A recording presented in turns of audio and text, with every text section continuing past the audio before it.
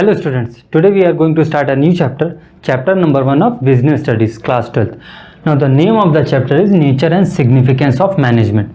We will start with the definition of management. बहुत easy सी definition यहाँ लिख दी है मैंने. Management is the art of getting things done in effective and efficient manner. ऐसी कला जिससे हम किसी भी काम को effective और efficient manner से कर सके तो हम उसे क्या बोलेंगे, मैनेजमेंट. ठीक है. यहाँ जो इफेक्टिव और एफिशिएंट है इसे हम लोग एक एग्जाम्पल समझते हैं कि इसका मतलब क्या होता है. ठीक है. लेट्स से एक मैनेजर है, उसने अपनी एम्प्लॉय से बोला कि तुमको मार्केट जाना है, वहाँ से एक मशीन परचेज़ करनी है जिसकी MRP है 50,000 और ये काम करना है 7 डेज़ में. एम्प्लॉय के पास जितने भी रिसोर्स थे, जितने भी इसके पास रिसोर्स थे, इतने भी कॉन्टैक्ट थे, उससे उसने पता किया और 7 डे में इसको रिपोर्ट किया अपने मैनेजर को कि मैंने मशीन ख़रीद ली है बट उसकी कॉस्ट पड़ गई है 50,500 रुपीज़. ठीक है. इस पर्टिकुलर सिचुएशन में जो एम्प्लॉय है वो इफेक्टिव है. ठीक है. उसने अपना काम पूरा कर लिया, बजट से सिर्फ थोड़ा सा ज़्यादा पैसा खर्च हुआ और जो डेडलाइन थी 7 डेज़ की उसमें काम किया. अब एक लेते हैं एग्जाम्पल. एक मैनेजर है, उसने सेम एग्जाम्पल है, उसने एम्प्लॉय से बोला कि you have to purchase a machine for 50,000 rupees जिसकी MRP है 50,000 रुपीज़ 7 डेज़ में. एम्प्लॉय के पास जितने भी कॉन्टैक्ट थे, सोर्सेज थे, उसने पता किया मार्केट में जाके और उसने 6 डे में अपने मैनेजर को रिपोर्ट किया कि हमको मशीन मिल गई है, उसकी हमें MRP पड़ी है सिर्फ 49,000 रुपीज़. तो इस पर्टिकुलर सिचुएशन में जो एम्प्लॉय है वो एफिशिएंट है. तो ऐसी सिचुएशन जिसमें कोई भी पर्सन रिसोर्स बचाने में कामयाब हो जाता है और डेडलाइन में भी काम करता है तो उसे हम बोलेंगे वो एफिशिएंट है. ठीक है. ये होता है difference between effectiveness and efficiency. बहुत सिंपल सा. अब हम लोग पढ़ेंगे कैरेक्टरिस्टिक ऑफ मैनेजमेंट. ठीक है. Now the first point is management is a goal oriented process. देखिए हर ऑर्गेनाइजेशन में कुछ कॉमन गोल सेट कर दिए जाते हैं. ठीक है. अब हर ऑर्गेनाइजेशन में क्या है कि डिफरेंट इंडिविजुअल काम कर रहे हैं जिसका डिफरेंट माइंडसेट है और काम करने का तरीका भी अलग है, डिफरेंट वर्किंग मेथड है. ठीक है. तो मैनेजमेंट का क्या काम रहता है, उसका ये काम रहता है कि उन सब इंडिविजुअल के जितना भी एफर्ट है उसको डाइवर्ट कर देना. कहाँ डाइवर्ट कर देना, वो कॉमन गोल जो सेट किए गए हैं मैनेजमेंट के द्वारा. ठीक है. सेकेंड पॉइंट है मैनेजमेंट इज़ ऑल परवेसिव. ठीक. परवेसिव का यहाँ मतलब होता है कि ऐसी चीज़ जो हर चीज़ में प्रेजेंट हो. ठीक है. मैनेजमेंट एक ऐसी चीज़ है जो हर चीज़ में प्रेजेंट हो, चाहे वो प्रॉफिट मेकिंग ऑर्गेनाइजेशन हो, नॉन प्रॉफिट मेकिंग ऑर्गेनाइजेशन हो, गवर्नमेंट ऑर्गेनाइजेशन हो, नॉन गवर्नमेंट ऑर्गेनाइजेशन हो, हर जगह मैनेजमेंट का यूसेज होता है. ठीक है. इवन हम लोग के घर में भी मैनेजमेंट का यूज़ होता है. हम लोग के घर को कौन मैनेज करता है, हम लोग की मदर. तो मैनेजमेंट आपको हर जगह कहीं ना कहीं किसी न किसी रूप में दिखाई देगा. ठीक है. Now the third point is management is multi dimensional. इसके अंदर 3 पॉइंट आते हैं. पहला हो गया मैनेजमेंट ऑफ वर्क. ठीक है. अब ये देखते हैं क्या होता है मैनेजमेंट ऑफ वर्क. देखिए हर ऑर्गेनाइजेशन एग्जिस्ट कर रही है अपने काम की वजह से. ठीक है.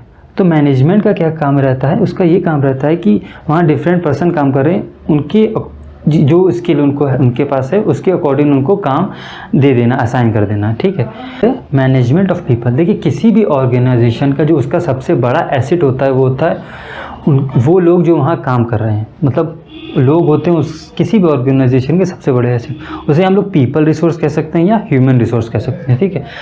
तो अब कोई भी ऑर्गेनाइजेशन हो, वहाँ जो लोग काम कर रहे हैं उनका डिफरेंट वर्किंग मेथड है, वो डिफरेंट बैकग्राउंड से आए हैं, डिफरेंट कल्चर से आए हैं, तो जो कॉन्फ्लिक्ट है आपस में वो उसके चांसेस ज़्यादा रहते हैं. तो मैनेजमेंट का क्या काम रहता है, उसका काम ये रहता है कि आपस के कॉन्फ्लिक्ट जो हो रहा है या ऑफिस पॉलिटिक्स हो रही है उसको मैनेज करना. ठीक. उसके लिए पर्टिकुलर एक डिपार्टमेंट बनाया जाता है, ह्यूमन रिसोर्स डिपार्टमेंट.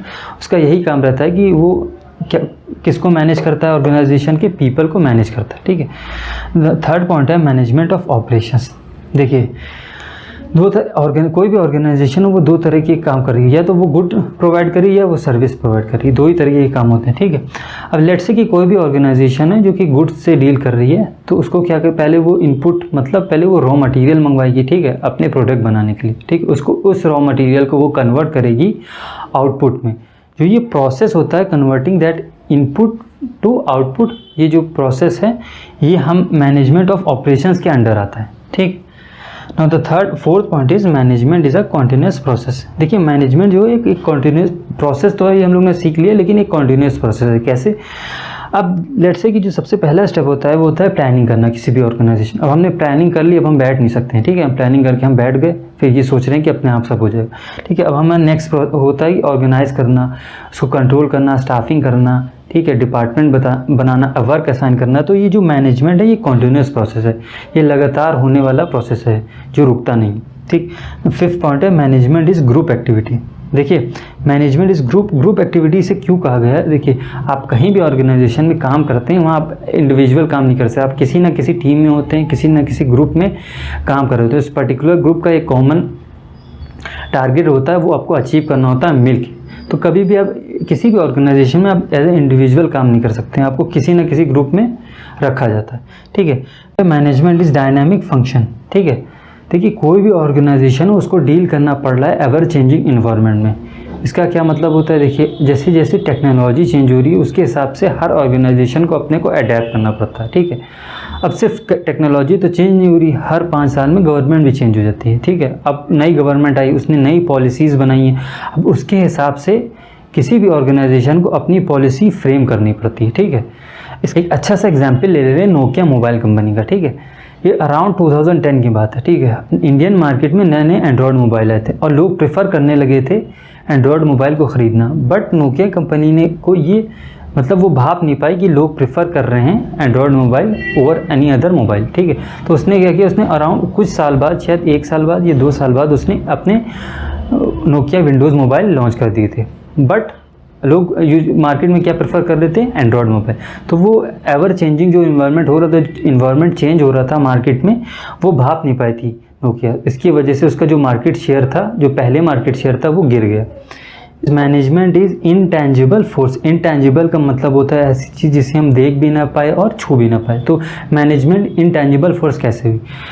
ठीक है, हर ऑर्गेनाइजेशन में जो पॉलिसीज़ फ्रेम की जाती हैं वो टॉप मैनेजमेंट करता है, ठीक है। अब टॉप मैनेजमेंट ने पॉलिसीज़ फ्रेम कर ली अपनी ऑर्गेनाइजेशन के लिए। अब बाकी जो लेवल ऑफ मैनेजमेंट है वो वर्क करता है कि उन पॉलिसीज़ में जो कहा गया है, जो टारगेट सेट किए गए हैं पॉलिसीज़ में, उसको अचीव करना है। जब कोई भी ऑर्गेनाइजेशन सक्सेसफुली उस पॉलिसीज़ को इम्प्लीमेंट करने लगती है, अपने टारगेट अचीव करने लगती है, तो क्या होता है, आप लिटरली फील कर सकते हैं कि जो मैनेज किया जा रहा है कंपनी को, वो अच्छा मैनेज किया जा रहा है।